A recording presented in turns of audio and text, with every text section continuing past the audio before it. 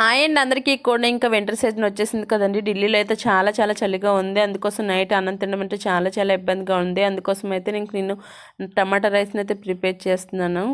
కోసం అయితే నైట్ నేను టమాటా రైస్ అయితే చేస్తున్నానండి. చూసేద్దాం రండి ఎలా చేశాను ఏంటనేది. ముందుగా అయితే ఉల్లిపాయలు చిన్న ముక్కలుగా కట్ చేసుకోవాలండి. 2-3 ఉల్లిపాయలు అయితే తీసుకొని చిన్న ముక్కలుగా కట్ చేసుకొని పెట్టుకోవాలి. అందులో పచ్చిమిరపకాయలు కూడా నిలువుగా సరిపోయిన మిరపకాయలు అయితే తీసుకుని నిలువుగా అయితే కట్ చేసుకొని పెట్టుకోవాలి. కడాయి పెట్టుకుని కడాయిలో అయితే ఆయిల్ వేసుకుని బిర్యానీ స్పైసెస్ చెక్క లవంగము మిరియాలు అన్నీ కూడా ఒకటి కొద్దిగా వేసుకోవాలండి. ఎక్కువ స్పైసీ అయినా బాగోదు కదా, అందుకోసమే కొద్దిగా అయితే వేసుకున్నాను. కొద్దిగా వేసుకుని అయితే అందులోకి మనం కట్ చేసి పెట్టుకున్నటువంటి ఉల్లిపాయలు పచ్చిమిరపకాయలు అయితే అందులో యాడ్ చేసుకోవాలండి. యాడ్ చేసుకున్నాక బాగా కూడా ఫ్రై చేసుకోవాలి.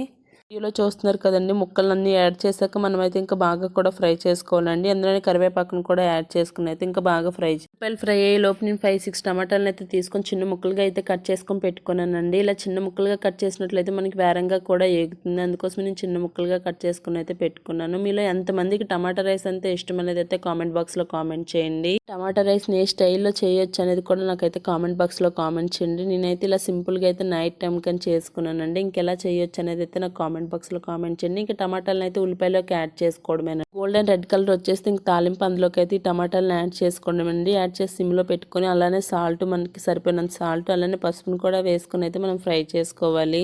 నేను ముందు వీడియోలోనే చెప్పాను కదా, నేనైతే ఎక్కువ ఇండక్షన్ పైన వండుతాను. ఇండక్షన్లో అయితే సిమ్లో పెట్టుకొని అయితే నేను ఇంకా అంటే 200లో పెట్టుకొని ఫ్రై చేసుకుని అలా ఫ్రై చేసుకోకపోతే కిందంతా కూడా బ్లాక్గా అయిపోతుంది, మొత్తము కూడా మాడిపోతుంది. సిమ్లో పెట్టుకుని ఫ్రై చేసుకున్నట్లయితే టమాటా అంతా కూడా పేస్ట్లా ప్రిపేర్ అవుతుంది. దీంట్లో కారాన్ని అలాగే గరం మసాలాని కూడా వేసుకుని అయితే పోవాలండి. చాలా చాలా బాగుంటుంది ఇలా ఫ్రై చేసుకున్నట్లయితే. ఈ ఫ్రై చేసుకున్న దాంట్లో మనమైతే ముందుగా రైస్ని అయితే బాయిల్ చేసుకొని పెట్టుకోవాలండి. ఆ బాయిల్ చేసుకుని రైస్ని ఇందులో యాడ్ చేసుకొని మిక్స్ చేసుకోవడమే చాలా చాలా బాగుంటుందండి. ఇలా యాడ్ చేసుకొని మనం బాగా కూడా అన్నానికి పట్టేలా బాగా మిక్స్ చేసుకున్నట్లయితే టేస్ట్ అయిన ఫ్లేవర్ చాలా చాలా బాగుంటుంది. ఇలా ఒకసారి ట్రై చేసి చూడండి ఎలా వచ్చింది ఏంటనేది అయితే నాకు కామెంట్ బాక్స్లో కామెంట్ చేయండి.